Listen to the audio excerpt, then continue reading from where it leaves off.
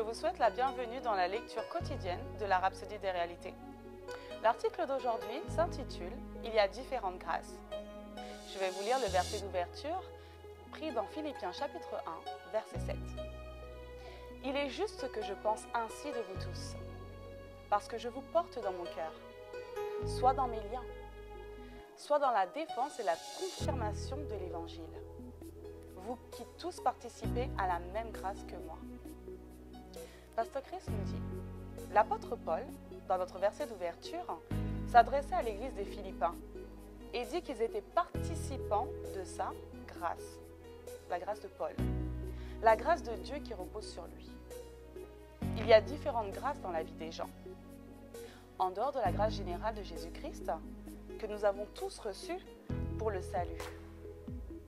1 Pierre chapitre 5, verset 5 dit « Et tous dans vos rapports mutuels, revêtez-vous d'humilité, car Dieu résiste aux orgueilleux, mais il fait grâce aux humbles. » Observez que l'apôtre Pierre n'écrivait pas ici aux non-croyants, mais à l'Église, aux gens qui avaient déjà la grâce de Dieu sur leur vie.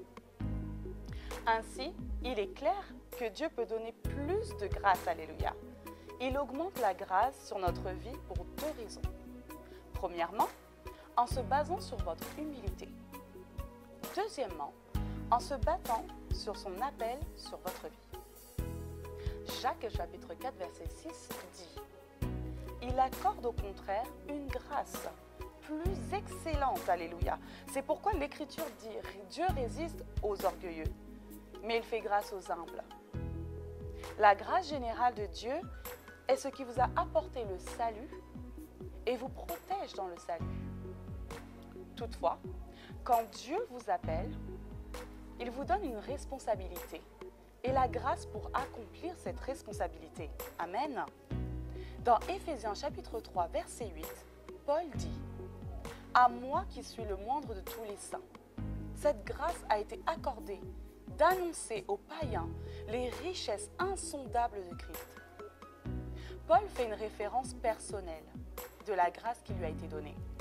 Et ce à quoi cette grâce devrait servir, c'était pour prêcher les richesses incommensurables de Christ. Il fait une affirmation similaire dans Romains chapitre 15, versets 15 à 16.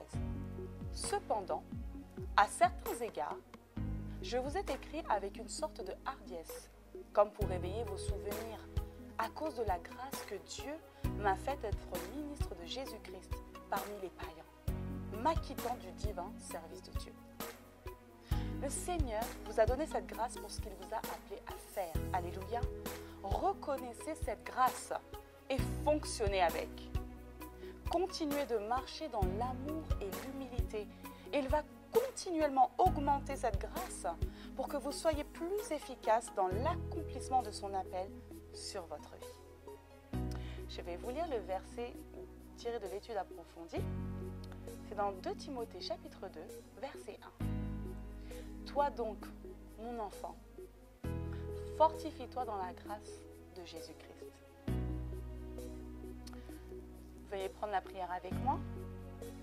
J'ai reçu l'abondance de la grâce et le don de la justice. Par conséquent, je règne dans la vie, au-dessus et au-delà des influences corruptibles de ce monde. Merci Seigneur pour la grâce qui m'a été conférée pour le ministère. Je marche conscient de cette grâce et dans ses avantages pour ma vie.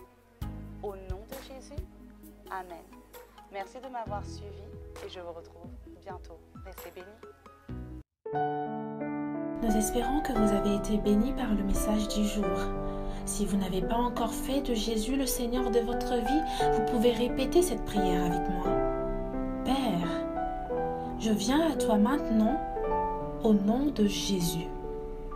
Je crois dans mon cœur que Jésus est le Fils de Dieu et qu'il est mort pour mes péchés et tu l'as ressuscité pour ma justification. Je confesse que Jésus est le Seigneur de ma vie à partir d'aujourd'hui. Je reçois la vie éternelle dans mon esprit. Je suis né de nouveau. Je suis désormais un enfant de Dieu et Christ vit en moi. Merci Père d'avoir fait de moi ton enfant. Alléluia. Si vous avez fait cette prière avec moi, sachez que vous êtes désormais un enfant de Dieu et Dieu est votre Père. Ne vous arrêtez pas là. Rejoignez une église Christ-Embassy où vous pouvez adorer le Seigneur et grandir dans sa parole. Que Dieu vous bénisse.